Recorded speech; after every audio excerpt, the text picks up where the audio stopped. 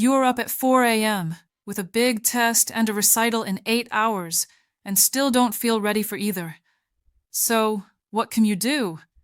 You might think to drink more coffee and cram or practice all night, but believe it or not, you might be better off closing the books, putting away the music, and going to sleep. Hi, it's Health Clips Daily.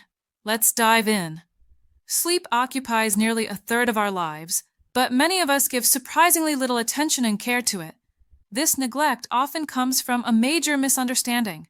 Sleep isn't just lost time or a way to rest after all our important work is done. Instead, it's a critical function during which your body balances and regulates vital systems, affecting respiration, circulation, growth, and immune response. That's why you can't afford to ignore it, especially when pressed for time. You can worry about all those things after this test, right? Well, not so fast. It turns out that sleep is also crucial for your brain, with a fifth of your body's circulatory blood channeled to it as you drift off. And what happens in your brain during sleep is an intensely active period of restructuring, which is key for how our memory works. At first glance, our ability to remember things doesn't seem very impressive at all.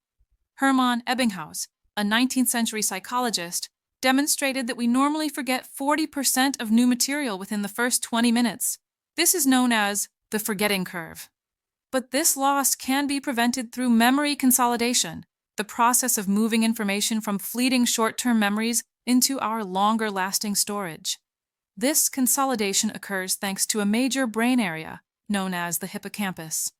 Brenda Milner's research in the 1950s with a patient called H.M. revealed that after his hippocampus was removed, his ability to form new short-term memories was damaged, but he could learn physical tasks through repetition. Her findings showed that the hippocampus is vital for consolidating long-term declarative memory, facts and concepts you need for that test, rather than procedural memory, like mastering finger movements for your recital. Milner's work, along with Eric Kandel's research in the 90s, helps us understand how this process works today. Sensory data is first transcribed into short-term memory in neurons. From there, it travels to the hippocampus, which enhances and strengthens those neurons in specific cortical areas.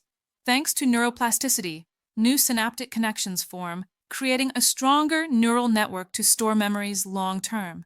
So, why do we remember some things and not others?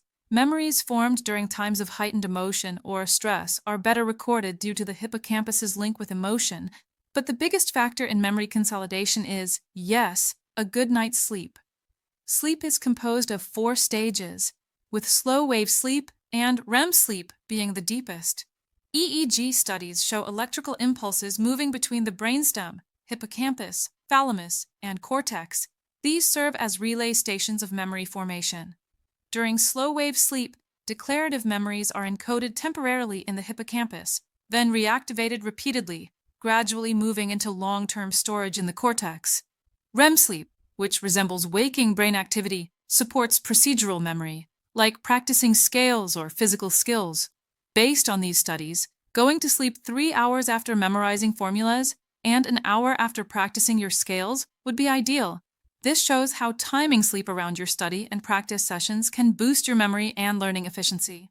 In the end, skimping on sleep doesn't just harm your overall health, it also diminishes your ability to retain knowledge and practice. Remember the phrase, sleep on it.